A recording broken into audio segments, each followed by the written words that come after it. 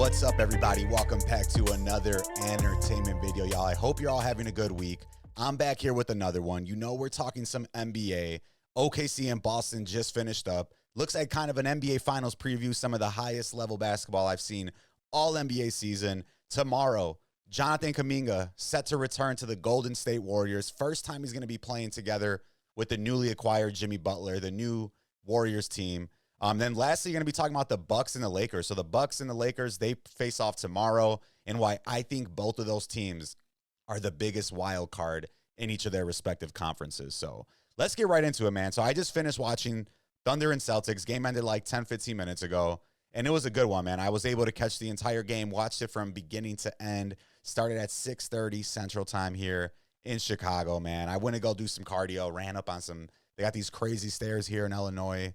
By where I live, where you can go up and down, and seems so simple, but it's good cardio, man. Got out there 30 minutes. Weather's finally getting nice in Chicago, so everybody that's in the Midwest right now, I know you're appreciating that. It's like in the 60s right now, sunny, feels good. Can finally get outside, enjoy some sun, enjoy that good weather. But let's get right into the game, man. Let me pull up this little window, y'all, and I hope, like I said, everybody's having a good week. Today's Wednesday. Daylight savings was last Saturday. We spring forward. NBA moves forward. I'm moving forward. We're locking in. You got Thunder, Celtics, two of the best teams in all of the NBA, man. And like I said, is this a finals preview? That's something that everybody's got to take seriously. The Thunder right now, number one in the Western Conference, 54-12. And the Celtics right now, number two in the Eastern Conference at 47-19. So right off the rip, man, no Jaylin Williams tonight. So OKC was without probably their second best player this season, or not this Jaylin Williams, the other one. That they have two Jay Williams. He's not even probably in here. Let's see if they got him in the recap or maybe in the beginning where they have the injury report. I'm so used to looking at this on my phone that sometimes when I check it out on here, I'm like, where'd it go? Let's see if they have it down here, though. With it, they don't. What is going on? What is, look it up? Jay Williams, Thunder out versus Boston. Look at that. So due to a hip strain, he's been ruled out for Wednesday's game. He suffered it against Peyton Watson in Monday's loss. So no Jaylin Williams for them, but no Porzingis either for the Celtics. So both teams missing two of their key players. Jaylin Williams probably, I'd say, more important just because Boston is absolutely stacked. You take a look at their roster. That team is deep. Pause. We don't even mean it that way, but you take a look right here, bro. Tatum, Horford, Drew Holiday, Derek White, Jaylen Brown. That's starting five already without Porzingis. Best starting five in the NBA. Torrey Craig, meh. Sam Hauser, though, Luke Cornett, Peyton Pritchard. They got the three white boys coming off the bench. You can't even hate on that. Boston, you know that they're loving that. Can't even say it, but you know you got to say it. Sam Hauser, Luke Cornett, and they've all been good this season. I mean, Sam Hauser has, what, a 40-point game or 30-point game. Pritchard has a 40-point game. Luke Cornett, former Chicago Bull, also going crazy, getting tick over Xavier Tillman, who they brought in, and just a solid overall team. But they still don't have enough today, man. So all I know is watching this game, SGA, just absolute dog. Shai Gilgeous-Alexander. Dude is probably right now the MVP favorite if you don't think it's Nikola Jokic. But he's the truth, man. Gets to wherever he wants on the NBA court. He can shoot threes. He can hit the mid-range. He gets to the bucket. He has long, crazy wingspans. This dude can do everything out there. But like I said, Boston's crazy, man. They got a absolutely stacked roster. Everybody's shooting threes. Joe Mazzulla, their coach, who's like 36, 37 years old, youngest, if not one of the youngest coaches in the NBA. Dude wants to shoot a lot of threes. And the difference is, though, the Celtics have players that can actually make threes. So a lot of teams in the NBA, you hear about it all the time these days. Yo, they're shooting threes. Everybody shoots too many threes. If you got a team like Boston, shoot threes. Everybody's making them. Jason Tatum, their best player, shoots 35% from three. Take a look at Horford, their center. He shoots, their last 10, 39. This season, 35% from three. Drew Holiday, a former All-Star as well, NBA champion, shooting 36%. So all these dudes are 35% and higher in the NBA average 3-point. There we go. You don't have to spell right anymore. That's probably one of the greatest things about autocorrect. You guys ever think about that? So the NBA league average 3-point percentage. Yeah, how's it that hard to just give us the answer we want, guys? I just talked about how lit everything is. Why can't we get an average here? NBA team. Like, maybe you got to be more specific.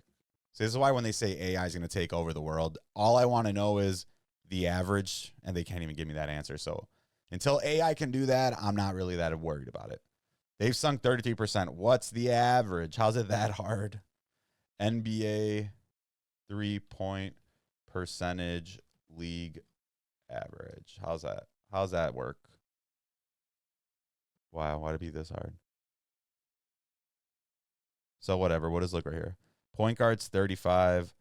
So you could see they're all, so right, usually it's 35, but 35% like the league average. Everybody's making more than that.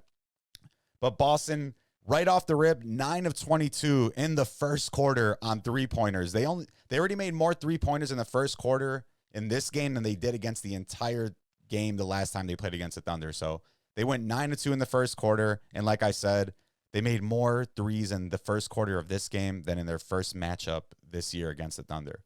So like I was talking about too, one of the highest levels of basketball that I've pretty much seen all season. You have both teams going at it, 63-60 at halftime. Thunder were up. Boston hit 15 three-pointers in the first half, so 9 in the first quarter, another 6 in the second quarter. But OKC out-rebounded them in the first half, 25-16, and they were outscoring them in the paint, 30-10. But sometimes I think that is a little bit of Boston strategy. They'd probably rather give up some layups, give up some easy buckets than giving up all the threes. But it just kind of went over and over throughout the game. You take a look up here. So what? First quarter, OKC's up 3. At halftime, they're up 3. Boston cuts it. So you going into the fourth quarter, we had a tie game. It was 88-88. Both teams had a chance going right into it. And you could take a look at the box score. Everybody was contributing on OKC. So that's the thing with OKC is a lot of their offense is initiated by SGA. So a lot of like dribbling, a lot of him initiating the offense. Some similar things you see with Luka, what you used to see a lot with James Harden. But SGA probably takes a little bit smarter shots than those other two guys. They score a lot. They do a lot of the same, but SGA a little bit more, probing, getting around. He does a lot of that Steve Nash, like doesn't give up his dribbles a lot, takes his time. He had 34. He had 5 rebounds, SGA, 7 assists. He did have 5 turnovers, but like I said, this dude has the ball like all game, nonstop with the ball in the hands. But SGA finished, like I said, 34 points, 7 assists, got to the line 11 times. He made 10 of his free throws. So that narrative, is going to continue that he gets those foul calls. He does get a lot of them, but while watching the game, there was actually a lot of plays where I thought he did get fouled again. They didn't make the call. So yeah, he might be baiting a little bit, but he's also just forcing the issue and he tries to get to the basket. He doesn't settle for as many threes as a lot of players do this year. But Chet Holmgren, he came out, man. Dude missed his first season last year. He's missed a ton of games this year, but he balled out, and he likes to come for these big games. He had 23 points, 15 rebounds, 11 of those on the defensive side, 4 offensive rebounds, and he went 3 of 6 from three-point land, and 8 of 14 overall in the game. So besides SGA and Chet, they did have 5 other players that got into double digits. Dort with 13, Wallace with 14, Kenrick Williams 10, Isaiah Hartenstein 11, Isaiah Joe 11. So all these dudes were hitting timely shots, doing what they're supposed to. Lou Dort 3 of 8 from 3, Kaysen Wallace 1 of 1 from 3, Williams 2 of 5, Isaiah Joe 2 of 6. So this is the type of game the Thunder want to win. Like I mentioned, though, they are missing Williams. He was their other all-star this season. So it's a completely different team. But, I mean, we got to really talk about it. This could potentially really be the NBA Finals. The other team out east right now, the Cleveland Cavaliers, very similar to the Thunder in the sense that they've never actually won anything as a group. They're kind of still itching to make it to their first NBA Finals and prove that they actually are contenders. A lot of people are thinking, are these Cavs, are these Thunder more like the Jazz we saw a few years ago who also had Donovan Mitchell and ended up with I think it was 52, 53 wins in that shortened season. Or the Atlanta Hawks a few years back, or several years back probably now, with Korver, Teague, Millsap. They had that whole Horford was on that team too. So that's the thing is these are two teams that they're number one, but a lot of people are not really seeing them as these official threats. So we'll see what happens, but I really do think there's a really great chance at this being an NBA Finals preview. So another big thing that did happen in the fourth quarter too that I got written down here, want to make sure I mention, Derek White, man. Dude absolutely stepped up. Jason Tatum, here, let me get about Tatum first. But Tatum had 33 points, 8 assists, 8 rebounds. But Jaylen Brown, as you could see down here, really down game, only 10 points, 2 assists, 5 rebounds. He was 0 for 5 from 3. But Derek White, as he usually does, he stepped up. He had 22 points, 8 rebounds.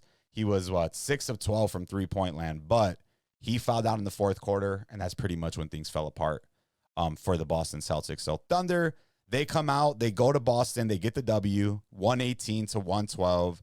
SGA, he had 34 points, 7 assists. He got to the line 11 times, making 10 of those 11 attempts. Chet Holmgren came out, added 23 points, 15 rebounds, his 8th double-double of the season. Tatum, he did ball out, 33 points, 8 assists, 8 rebounds, but his sidekick, Jaylen Brown, just absolute dud of the game, only 10 points, 5 rebounds, going 0 of 5 from three-point land. So Boston now still second in the Eastern Conference. Thunder, they're number 1 out in the West. And you got a couple games tonight still going on. The Nuggets right now are playing the Minnesota Timberwolves. And the Nuggets, I believe, are second, if I'm not mistaken. Yep, so they're still 11.5 games up, y'all. So Thunder, they're cruising right ahead. We'll see who they end up playing. The Celtics, kind of locked in right now, I would say, to that number 2 seed. So they're also going to have a fairly easy first-round matchup. But who knows, guys? Let me know what you think. Are we going to see this? Is this going to be the NBA Finals matchup? I think there's a high chance. You got the Boston Celtics right now, I would say, as the favorites to repeat. We were taking a look at that roster right now. Those dudes are absolutely stacked. And the Thunder right now, I mean, it's kind of seems like their season. They took that L last year to the Mavs. It's wide open this year in the West. And if they don't make it out, it's going to be a really disappointing season for them. So let me know what you guys think. Boston Celtics, Oklahoma City Thunder. Is this a finals preview? Do these teams end up meeting in June in Boston, in Oklahoma City? I think so. As of right now, I really like the Lakers, but we'll see what happens, y'all. Let's take a look, though, real quick at I think I had some bookmarks here.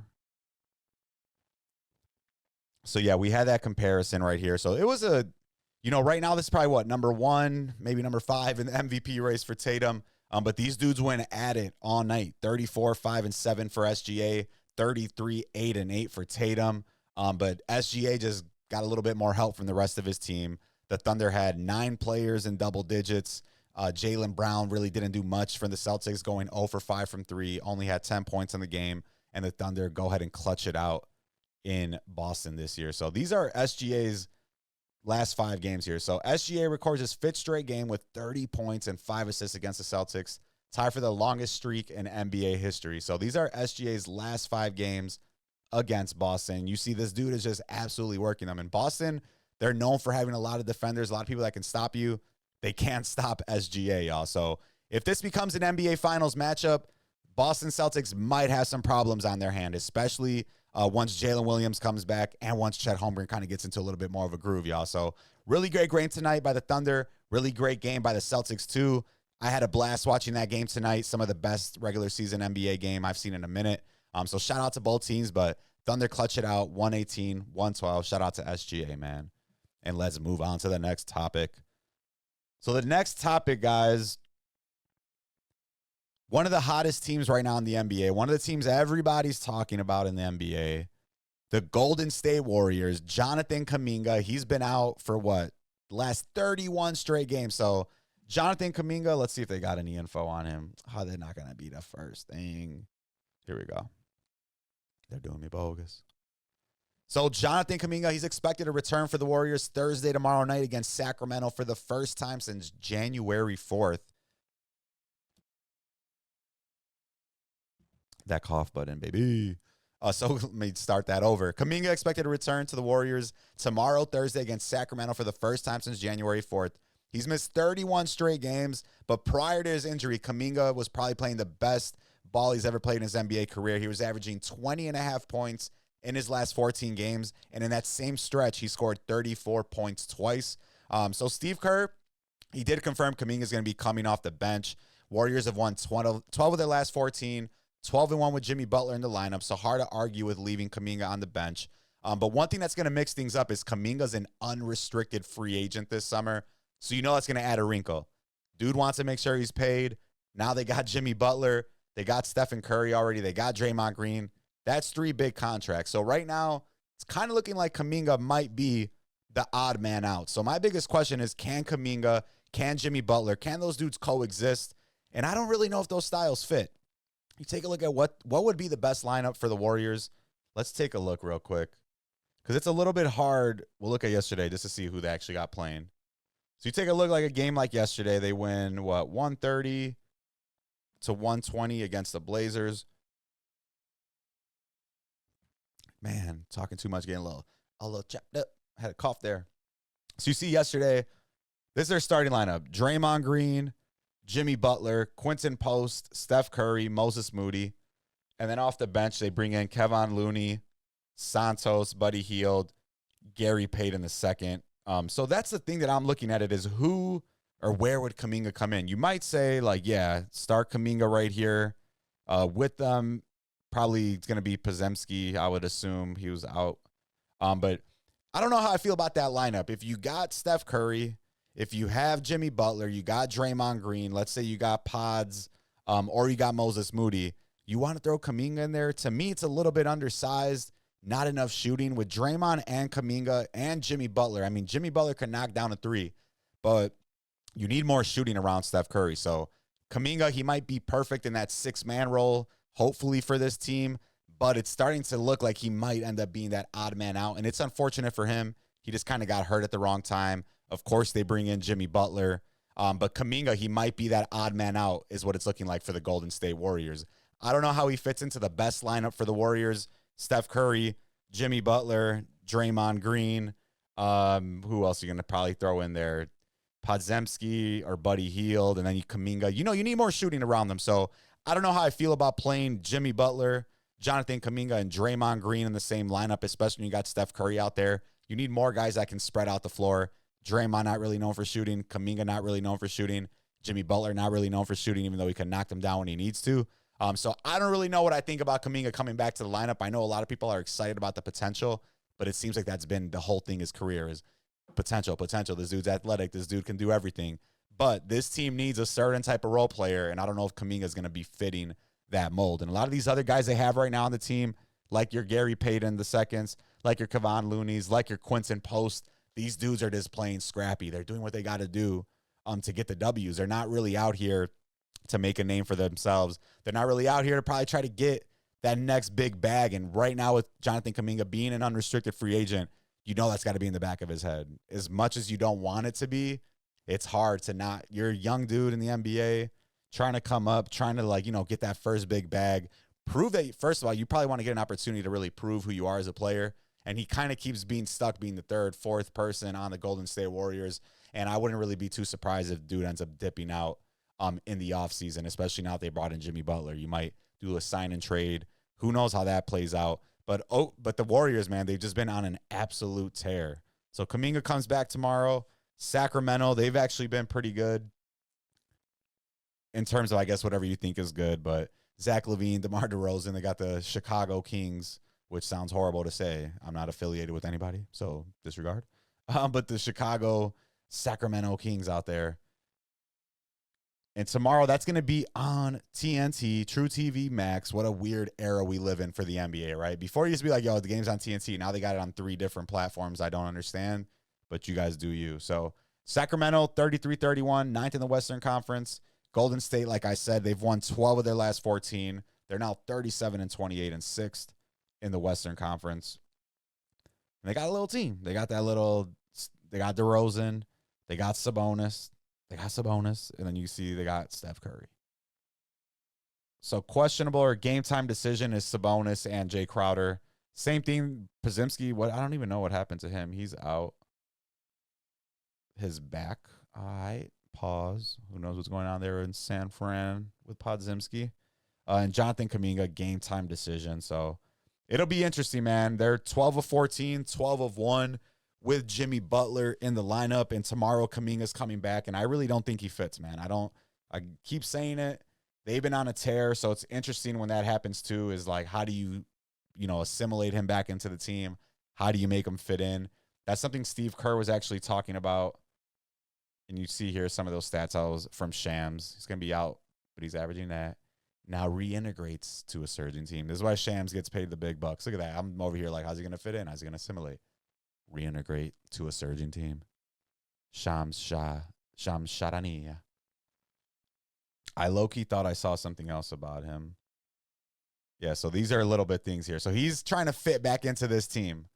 Best teams in net rating since the All-Star break. The Cavs, number 1, plus 14.2. Warriors, number 2, plus 12.5. Thunder, 10.6. Celtics, 7.6. And Pistons, shocking Pistons, 7.2. But how does Kuminga step in without messing this up? And Steve Kerr talked about it, and that's what I was trying to pull up. But a few times he said, like, yo, we're going to try to ease him back in. And I think that's the thing is he was a lot more important a little while ago.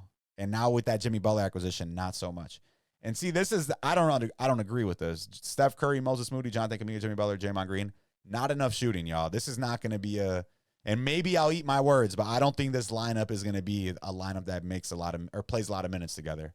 Where do you spread the court here? Steph Curry, obviously. Moses Moody, decent shooter. Kuminga, not really a three-point shooter. Jimmy Butler, not really a three-point shooter. Draymond Green, not a three-point shooter. So, yeah, people are excited for Kuminga's return, but I don't know. I don't think we should get too excited, y'all. And here's what I was talking about. So, Steve Kerr on Kuminga coming back. I think his last couple of weeks were really running a lot of things through him because Jimmy wasn't here yet. Now that Jimmy's here, look, Jimmy's one of the best players in the league. He's proven it. Soon as he got here, we start winning. And we're going to run through Jimmy Butler. We're going to run through Steph Curry. So what that requires of JK is to be settling into a role to support those guys. And that's slightly different, and that's something that he has to adapt to. So we'll see how it happens, Jay Kuminga. I'm sorry, bro.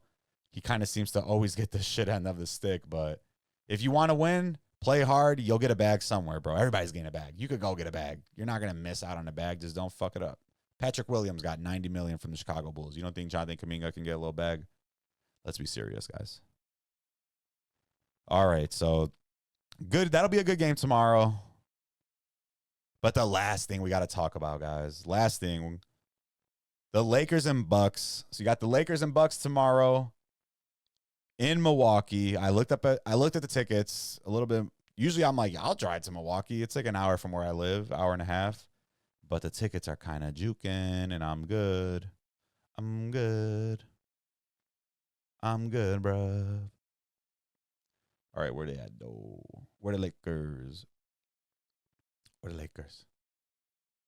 All right, so tomorrow night, 6:30 p.m., TNT Max, not on True TV. I don't know what the difference is, but Lakers right now, 3rd in the Western Conference, 40-23. The Bucks right now, 36-28, and they're 4th in the Eastern Conference. So these two teams are going to be playing tomorrow night in Milwaukee. The Bucks have lost 3 straight. They're looking to end that losing streak. Lakers are 8-2 in their last 10 games, but they will be without LeBron James and Rui Hachimura tomorrow, and Jackson Hayes is listed as day-to-day, so we'll see if he plays. Both of these teams, I think they're the biggest wild cards in each of their conferences. They both have these superstar duos with one guy that's won a championship, but they're trying to come together and win a championship for the first time. For the Bucks, Doc Rivers still trying to prove he can win without that Celtics team, and his former player, J.J. Redick, still trying to prove he can win, and that he's more than just LeBron's favorite podcast host. So both rosters super flawed, but I think their superstar duos both present big problems on the court for every team in their conferences, and they're really hard to stop when they're on all cylinders. And I just wouldn't be surprised if these teams made it to the finals or if they got knocked out in the first round. So I'm excited to see the matchup, even though there's no LeBron. Luka Doncic is the type of game where he can just take over, do his thing. Austin Reeves should be playing. So, the Lakers will have enough firepower on the offensive side. Bucks are also without Bobby Portis, who's still suspended for taking like PEDs or who knows what he took. He said it was like Teradol instead of Tramadol. I don't know. I'll ask my wife. She's a nurse. She'll know the difference. I don't know the difference. But Bucks and Lakers, man, two teams that are both, I think, on a collision course to really put up some noise in the playoffs. And even though I think I wouldn't be shocked if they lost in the first round, I wouldn't be surprised if these teams made an NBA Finals run either. You got Giannis on one side. You got LeBron on another side. You got Luka trying to get to his first championship. You got Dame Lillard trying to win his first championship and even get to the NBA Finals. And that's just a lot of firepower with a lot of decent surrounding team around them. The thing is that in the regular season, neither of these two teams have been extremely deep in terms of depth. They've had injuries. But in the playoffs, you're only playing 7 players or maybe 8 players. And I think that 7 or 8 that both of these teams have is enough to compete with anybody on each side. Celtics are the only team that maybe scare me from Milwaukee just because they've been able to deal with them in the past. But Giannis has also just gone berserk against the Celtics time and time again. In the West, though, I think Lakers, man, it's wide open. I don't think the Thunder are scary. I think the Nuggets pose a threat, obviously, with Jokic, but they really don't have a lot of shooting around him, and I think the Lakers are smart enough to let everybody else chuck up threes and see how that goes. So I'm excited to watch this game tomorrow, but I really do think both of these teams are just an insane wild card, man. You take a look at them. They're both, made deals within the last year and a half to kind of just revamp the roster. They both won titles within the last 4 years and then just traded the player that they had as probably their second best player away. Milwaukee now. Actually, both teams have traded away their best player. So that's one thing that's really interesting when you look at it. Milwaukee won the championship. They had their 3 best players, Chris Middleton, Drew Holiday, and Giannis. They ended up getting rid of Drew. Now they ended up getting rid of Chris Middleton. The Lakers, when they won their championship, their 3 best players, you probably got to say LeBron James, Anthony Davis, and either Kuzma or Rondo. Rondo's retired. Kuzma's now on the Bucks. Anthony Davis, he got traded. They now have Luka.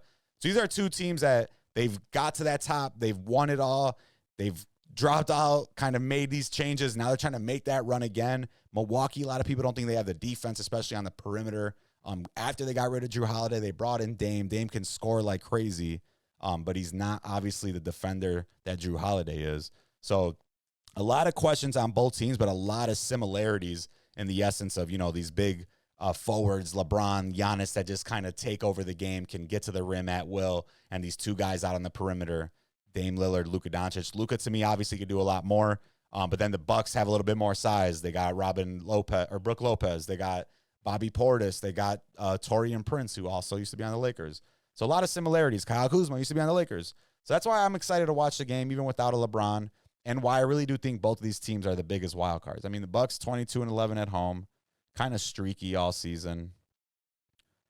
Seems like they go up, they go down. They started off shitty in the beginning of the year. Now they've climbed their way back up, and it's been a great year. They had a heartbreaking loss yesterday to Indiana. Tyrese Halliburton won the game on a crazy 4-point play. They're on a 3-game losing streak, like I said, but they're kind of seems like that all year. Look at that, 3-game losing or 4-game losing streak. Loss, win, loss, boom, win some, lose, win some. 3, so probably going to win more. The biggest thing is for the Lakers too, man. They have a crazy schedule coming up, and I think I talked about it on another video, but we got to show it. No LeBron for who knows how long. They said maybe a couple of weeks due to the groin. And you see, this is going to be the toughest part of their schedule. So no LeBron. Then they're going up here. They got to face Milwaukee tomorrow. Then they're at Denver Friday. 1 day off. Then they're at home versus Phoenix. Back-to-back against San Antonio. Another day off. Then at Denver.